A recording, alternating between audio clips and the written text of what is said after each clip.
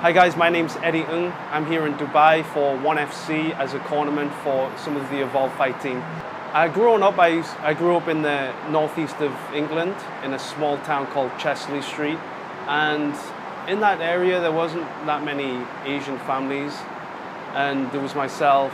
I have three brothers, two older brothers and one younger brother, and outside of our family there wasn't really that many Asian families. So growing up, I experienced a lot of racism and bullying in school. Almost every day, I can recall situations where I would be walking back from school, and I would have, other students call me names.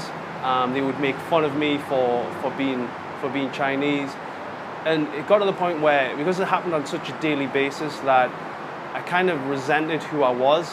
And looking back, I mean, that's not a healthy attitude and mentality to have.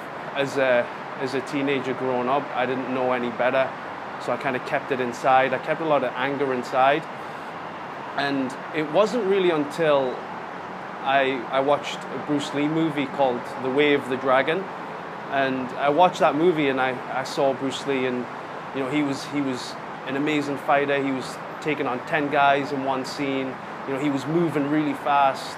He was strong. I looked at him and I saw another Asian actor, another Asian person that I could relate to, in the sense that we were both Chinese. And then I realized that other people in the area that I used to grow up in, they'd also saw his movies, and I would hear them talk about, oh, did you see Enter the Dragon with Bruce Lee? And have you seen how fast he is? Have you seen how strong he is? Have you seen how amazing his martial arts is?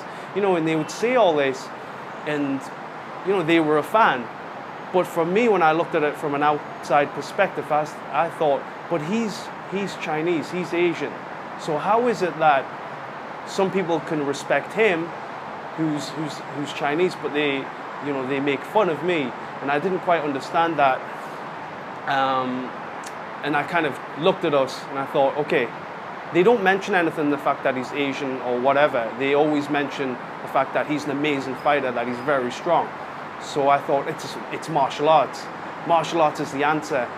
So maybe if I train martial arts and I start martial arts, maybe the bullying would stop for me.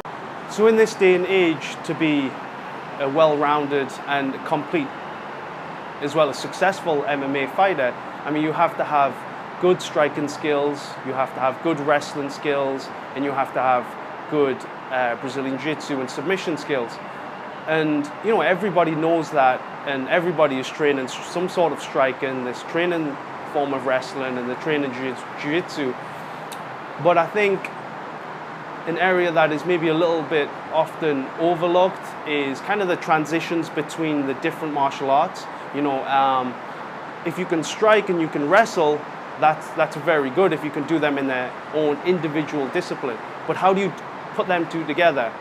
How do you go from a striking situation into a wrestling situation with the smoothest transition possible? And I think that's what we're seeing a lot more of, and especially in the higher level and the more successful athletes. You see that transition where you can barely even tell what they're doing, and I think that's something that I try to focus a lot on with my coaches at Evolve MMA. Prior to ONE FC, I competed in the UK, and I used to compete at welterweight at MMA, which was 77 kilos or 170 pounds,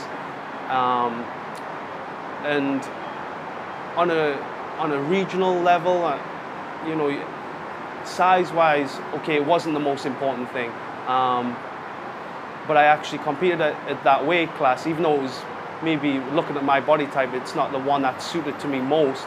But initially, that's where I started my career. I started fighting at welterweight, and I competed there, and prior to ONE FC, and in that weight division, I actually won a title at welterweight.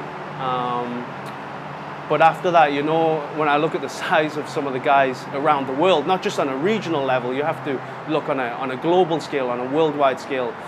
And I look at some of the guys that are fighting at welterweight, and the guys are absolutely huge. So, that made me evaluate myself, and, am I really going to be able to compete at the elite level with these guys that are cutting, 20, 30 pounds to make the weight. So that's initially why I decided to drop down to lightweight when I came to 1FC. So what I try to do with my diet or food habits, so to say, I'm not a big fan of the word diet. I think diet, when you say diet, you associate it with a short-term goal, and it's actually like a negative goal, like something that's negative, When you hear people say, I'm going to diet, you can feel that negative energy. It's like, oh, I've got to diet, But if you kind of reframe that in your mind and you change it and you kind of think it's a habit, it's eating habits, just like, you brush your teeth in the morning, for example. That's a habit. You don't think about it. You don't hate it. You just do it. And that's something that through all the years of eating well in my food preparation and meal preparation, that's something that's come second nature to me. And it's more about getting the right foods into your body. So things that I focus on I used to focus on a lot of animal protein,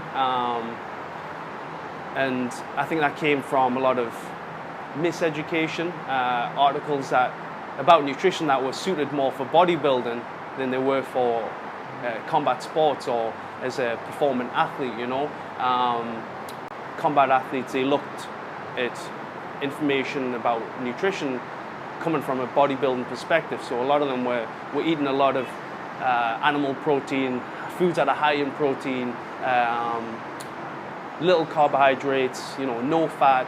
And I think that's not the right way if you're an athlete where performance is your main goal. Because you got to look at it in that sense. How I approach it is that there is nutrition for body composition, so losing body fat or gaining muscle, that's one part of your nutrition.